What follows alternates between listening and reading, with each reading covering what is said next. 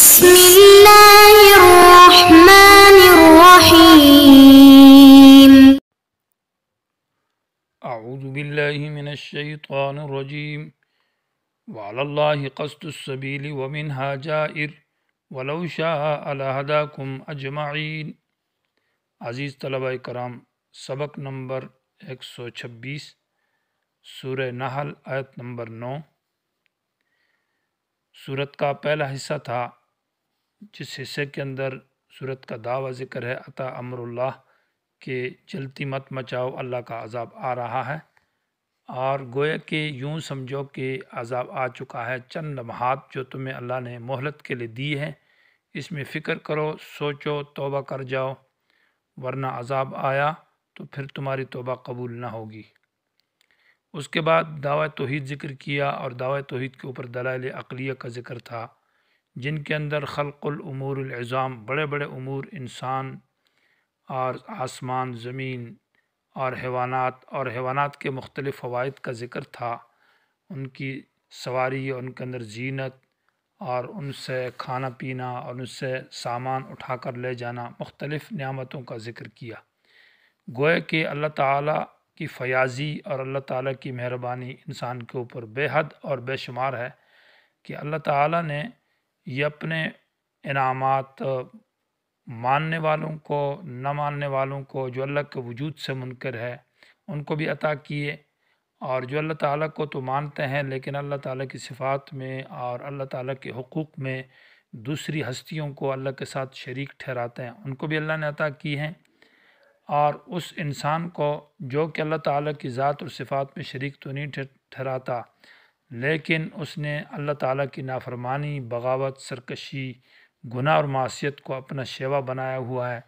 اس کے اوپر بھی بے مدت العمر تک یہ بے حساب نعمتیں اللہ تعالیٰ برساتا ہے۔ گویا کہ جسمانی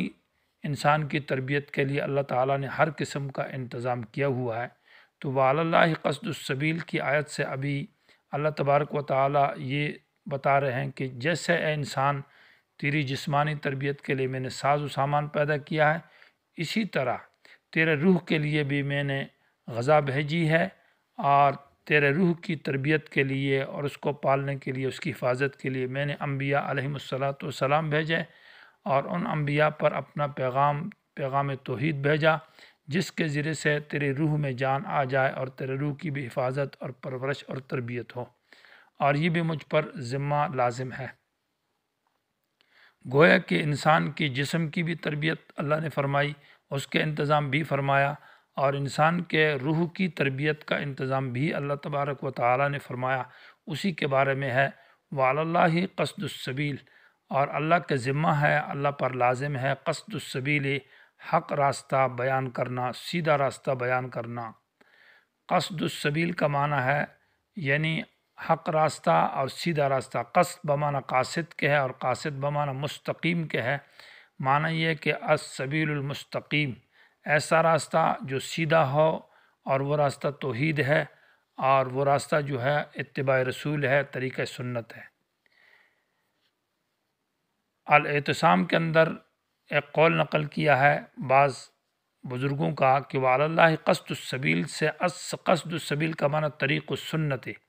وعلی اللہ اللہ کے ذمہ ہے قصد السبیل معنی سنت کا راستہ بیان کرنا، کہ آپ علیہ السلام یا انبیاء کے جو سنت کا طریقہ ہے وہ بھی اللہ کے ذمہ اللہ نے بیان کیا ہے، کیونکہ پیغمبر اپنی بات تو اپنے آپ سے نہیں کرتا، اللہ ہی بتاتا ہے۔ وما ينطق عن الهوى ان هو الا وحی یوحی۔ تو قصد السبیل راستہ توحید ہے، اور قصد السبیل اتباع رسول ہے۔ ومنہا، اور ان راستوں میں سے جائر، ٹیڑھے راستے بھی ہے، یعنی جو اتباع رسول والا راستہ ہے، اس کے سوا اور توحید کے سوا جو راستے ہیں، منہا، ان میں سے جائر، ٹیڑھے راستے، یا اسی سے لوگ ٹیڑھا راستہ نکال دیتے ہیں، بدعات کے راستے، شرکیات کے راستے، کفر اور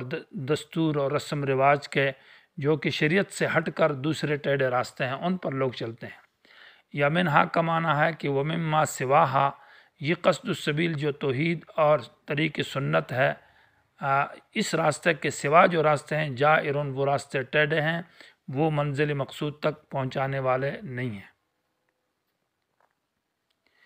ولو شاء لہداکم، اور اگر اللہ چاہتا تو لہداکم، تم کو ہدایت دے دیتا، اجمعین، سب کے سب کو، یعنی جبرن۔ اللہ تبارک و تعالی یہ بھی کر سکتا تھا، اللہ کے لیے کوئی مشکل نہیں ہے، وہ قادر ذات ہے کہ زبردستی اور جبری طور پر انسان کو توحید پر کاربند بنا دیتا، پابند بنا دیتا، اور وہ کبھی شرک اور کفر اور نافرمانی نہ کر سکتا۔ یہ اللہ تعالیٰ کر سکتا تھا، لیکن اللہ تعالیٰ کو ایسا جبری ایمان پسند نہیں ہے، اور اللہ تبارک و تعالیٰ نے انسان کو ایک اختیار دیا ہے، عقل دیا ہے، شعور دیا ہے، اور اس اختیار اور شعور اور عقل کی بنیاد پر اللہ تعالیٰ نے اس سے امتحان لیا ہے کہ اپنی مرضی کے مطابق اسی سلسلہ اختیاری ایمان کے لیے اللہ تبارک و تعالیٰ نے جو ایک طریقہ اختیار کیا ہے وہ نبوت اور رسالت کا راستہ ہے، کہ انبیاء علیہم الصلاۃ و تسلیمات کو بھیجا اور ان کے ساتھ انسانوں کی تربیت انہوں نے فرمائی، اور انسان کو اختیار دیا کہ اپنی مرضی سے نبی کے اتباع کرے یا نہ کرے، اور اس راستہ توحید پر آئے یا نہ آئے۔ تو اس میں تو ایک انسان کو آزادی بھی مل گئی ہے، اور ساتھ ساتھ یہ ہے کہ انسان کا امتحان اس میں ہے، اور اس امتحان کے مطابق انسان اپنے اختیار سے اگر نبی کی اتباع کرتا ہے، راستہ توحید پر آ جاتا ہے، تو اللہ تعالیٰ اس کو جنت اور اعلیٰ مقام سے نوازتا ہے، اور اگر اپنے اختیار سے وہ نبی کی اتباع نہیں کرتا، انکار کرتا ہے، تو پھر اس کو سزا دی جاتی ہے۔ یہ اللہ تعالیٰ کی حکمت ہے، اس لیے اللہ نے جبر نہیں کیا۔ تو اس لیے اللہ نے کہا ولو شاء، اگر جبرن اللہ چاہتا تو لہداکم، تم کو ہدایت دے دیتا، لیکن ایسا اللہ نے نہیں کیا، بلکہ اللہ تعالیٰ نے انبیاء کو بھیجا اور اس پر دلائل بھی قائم کیے۔ هو الذی، اللہ وہ ذات ہے، انزل من السماء، جس نے اتارا آسمانوں سے، ماءً، بارش، لکم، تمہارے لیے، منہ، لکم، تمہارے لیے، منہ، اس بارش سے، شراب، پینے کا سامان ہے۔ شراب بمانا ما یشرب بھی کہ یعنی جس چیز کو پیا جاتا ہے، تو اس بارش کی وجہ سے تمہارا پینا کا سامان یعنی پانی پیتے ہو۔ یہ اللہ تعالیٰ کی ایک عظیم نعمت ہے کہ اللہ تعالیٰ نے ایک عظیم نظام قائم کیا ہے کہ سمندر سے بخارات اٹھا کر اور پھر بادلوں کے ذریعے اور مختلف علاقوں پر لے کر ان کو برسایا۔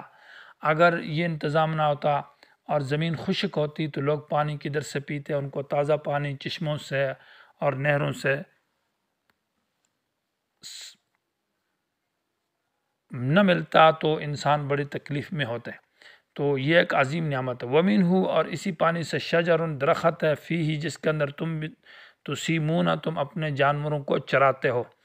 اسامہ، یسیم، اسامتاً باب افعال سے ہے، بمعنی چرانے کے ہے،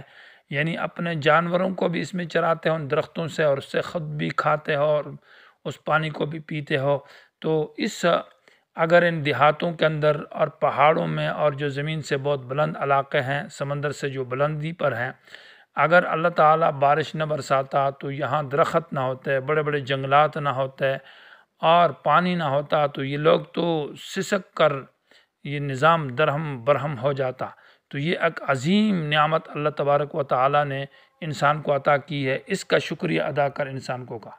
یمبت لکم، اللہ تعالیٰ اگاتا ہے تمہارے لیے بھی اس پانی کے ذریعے، الزرع، فصل، والزیتون، زیتون، والنخیل، کھجور، والعناب، انگور، ومن کل الثمرات، اور ہر قسم کے غلہ جات، معنی خوراک کی چیزیں، فصل دیگر۔ یہ بھی اللہ تعالیٰ کی ایک عظیم نعمت ہے کہ پانی کے ذریعے تمہاری فصلیں، تمہارے زیتون، نخیل، اعناب، یہ اللہ نے دیے۔ ان فی ذالک، اس مذکورہ دلائل کے اندر، ان مذکورہ چیزوں کے اندر، لآیتاً، بڑی عبرت اور دلیل ہے، لقوم، ایسی قوم کے لیے، یتفکرون، جو سوچ سے کام لے۔ معنی یہ ہے کہ ہر چیز کے اندر سوچ کرنا چاہیے۔ یہ جو باغات ہے، فصل ہے، ثمرات ہے، ان میں سے ہر ایک انسان سوچے اور فکر کرے، اور اس سے اللہ تعالیٰ کی قدرت معلوم کرے، اللہ کی وحدانیت معلوم ہوتی ہے، اور اللہ کا شکر ادا کرے۔ وَسَخَّرَ لَكُمُ اللَّيْلَ، اور اللہ نے کام میں لگایا، تابع کیا تمہارے لیے رات کو اور دن کو اور سورج اور چاند کو۔ وَالنُّجُومُ مُسَخَّرَاتٌ، اور ستارے جو ہے نا وہ بھی کام میں لگے ہوئے، بِأَمْرِهِ، اللہ کے حکم سے۔ ان فی ذالک لآیات، اس میں بھی بڑے دلائل ہیں، لقوم، اس قوم کے لیے، یعقلون، جو سمجھ بوجھ رکھتی ہو۔ معنی یہ ہے کہ اللہ تبارک و تعالیٰ نے ایسا نہیں کیا کہ رات ہی رات رہے ورنہ سب چیزیں برف بن جائے، اور دن ہی دن رہے تو یہ سب چیزیں جھلس کر پھر گرمی میں سڑ جل جائیں، اور سورج چاند کا نظام قائم کیا تو کبھی دن کبھی رات، اور رات اور دن جب گزرتے ہیں تو فصل پکتے ہیں، نظام چلتا ہے، پھر سورج چاند، پھر ستارے، یہ اللہ تعالیٰ کی ایک عظیم نعمت اور عظیم احسانات ہے